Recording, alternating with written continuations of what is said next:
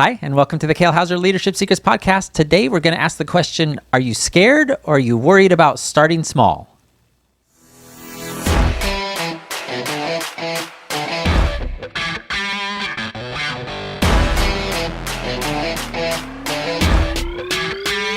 Hello, everybody, and welcome back to the Kale Houser Leadership Secrets podcast. My name is Kale Houser. Thank you so much for joining me today. Hey, I wanted to talk about this concept of being scared versus being worried, right? And this question was posed, again, in a recent training that I was in, a recent event that I had gone to they were talking about what stops people from taking action, what stops people from doing the next step, what stops people from achieving what they think or they say they want to achieve. And there became this discussion, this difference between being fearful of something, being scared of something versus being worried about something. And specifically asking the question, are you scared or are you just worried about starting small? Like, what is it that is stopping you from taking that action?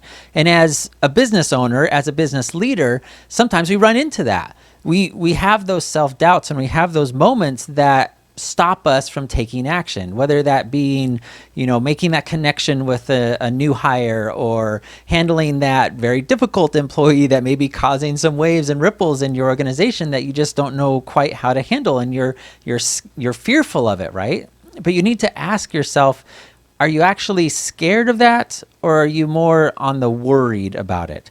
And there is a little bit, I may be going into the splitting hairs a little bit down this discussion, but, bear with me for a minute and just see if you can see the perspective of this and how one is not necessarily like the other.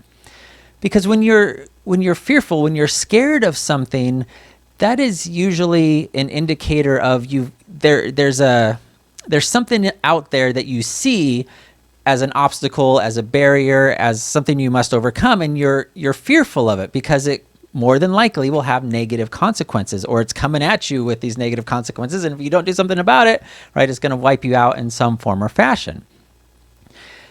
But there's a difference between just being worried about it, because worried, on the other hand, at least in my perspective and how I understand and think about the term and the feeling, is it's a little bit more nebulous in nature. Maybe not as definable as a specific thing, event, object, person, but more of a kind of a gut feeling or an insecurity that you're feeling towards a situation, a person, an event, a happening, an action that you maybe need to take or not take. And it becomes this little bit more, like I said, nebulous, indistinguishable, undefinable thing that is just kind of gnawing at you that you can't maybe quite identify. So you're just a little bit worried, like, I don't know what's going to happen, so I'm worried about it, versus I'm freaking out that, if I put my entire life savings into opening my new bakery, then I'll go bankrupt and, all the things that go along with that. But the really key thing that comes across this, which I thought was really interesting and fascinating to think about from a business perspective, is, are you scared or are you worried about starting small? And I think we can all relate with that at some point, whether it be in high school, starting your first job and you were a dishwasher at your local restaurant, or, a car wash attendant, whatever that was for you, you started small somewhere, presumably, right? I think the majority of my audience is we all have had some sort of upbringing where we've kind of come through the ranks and gotten there. Certainly if you were in the military, you came in maximum, well, unless you were like a doctor or something already, we're not going to talk about those guys too much. You came in as an E3 maximum, and that's if you had college. But if you came in straight out of high school without, the junior ROTC and all the things you can do to get a little bit extra rank, you came in as an E1, the basic, the basic soldier, the basic seaman, the basic airman, whatever that is for that service, is what you come in as. And you started small. Even if you come in as an officer, you start small as a lieutenant, which really, even though, you outrank more than half the force, you are still pretty small in the overall pool of things. We kind of all understand that. But there can be this worry about, I'm trying to bring this new product to market. I can't compete with the big, huge industry leader in my target, my industry, my niche. And I'm just concerned, even though I know my product is awesome. It's revolutionary. It's going to change the game. It's going to fit this customer base that's not being served right now, or they're being overlooked. And this has so much potential. But man, I'm so small. I'm just one person.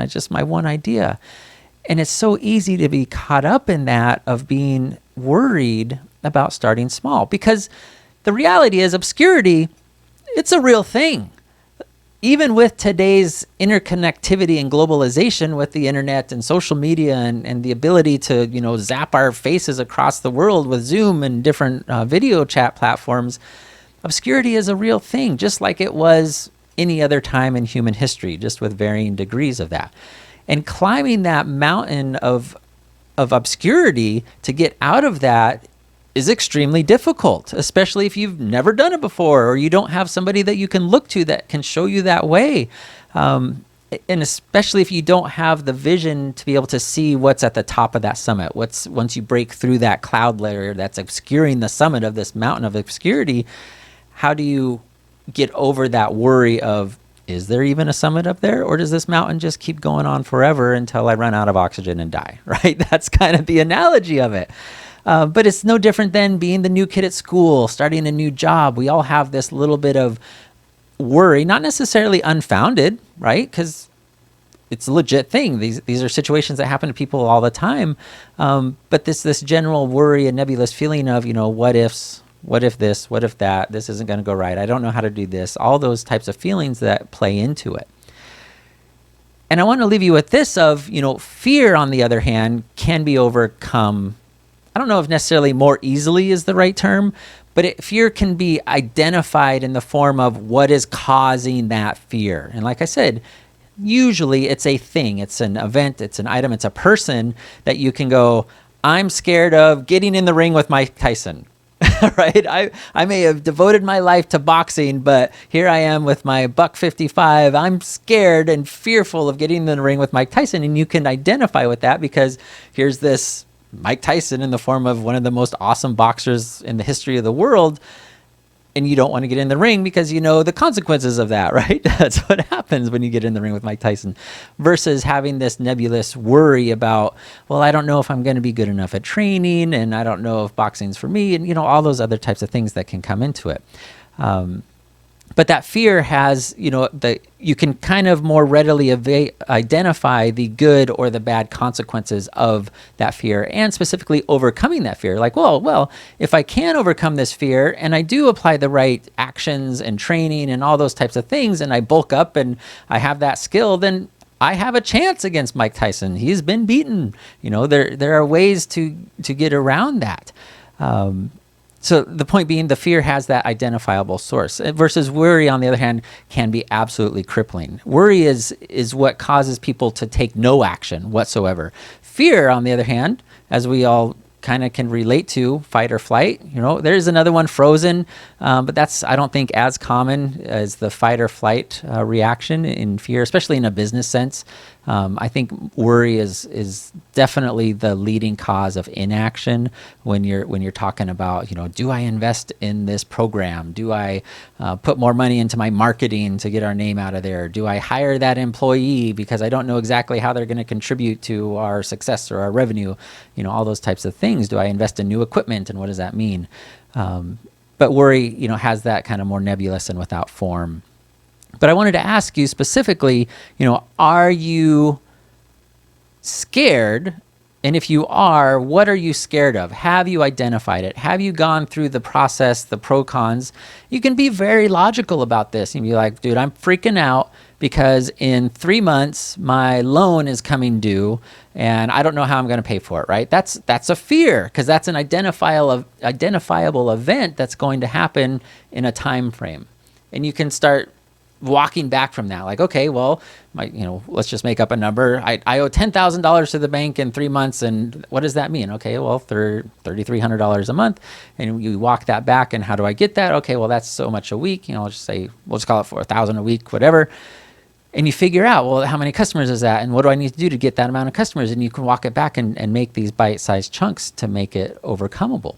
Or you can just shut down and realize, I'm never going to do that. I can't make $10,000 in 3 months to pay the bank or pay this loan back without, going default on the loan and all this stuff. Or on the other hand, when you've got that worry of, and you just sit there like, I don't know what I'm going to do. I don't know what I'm going to do. I don't know, I don't know, how all these types of things that lead into that crippling nature of inability to think and work through that problem. I know it's a little bit, like I said, it ebbs and flows a little bit, and certainly they overlap. You can absolutely be worrisome and fearful at the same time. I'm not saying that they're two entirely separate things, but I am saying that you need to identify what it is that's stopping you, if you're in this situation, from taking that action. Is it a fear of a potential bad outcome? Is it a fear of walking away from something good in an attempt to go for something great? Or is it just a nebulous worry of, I can't do this. I don't have the skills to do this. I don't know what the outcome's going to be. I'm too small, which is kind of the point of this whole thing. If you have that mindset of, I'm too small to start this business, there's already this, big, whatever that is for you, the number one pizza shop in town, but I've got this great other way to create this new way of selling pizza or doing pizza. Whatever that situation applies to you, figure that out and identify it and do something about it, right? And if you can't, give me a call. I would absolutely be happy to discuss it with you. You can go to kalehouser.com, book a call, super easy, free, costs you nothing other than 20 minutes of your time and a couple clicks of your computer mouse. So make sure you do that if that's something that I can help you with. Because I'd be happy to discuss it with you and figure out, are you just worried about something that may or may not happen, or is there something legitimately that is causing you to not take action because of some fearful response? All right. Does that make sense? I hope it does. Hope you get the point. Don't be scared. Don't be worried about starting small, because everybody started small. Well, there are exceptions, of course, but 99.9% of all successful people started small at some point in their life, and they learned those skills and they got there through a process, right? So do that. Have that be you. All right, everybody, have a fantastic afternoon, no matter where you're at in the world. Bye.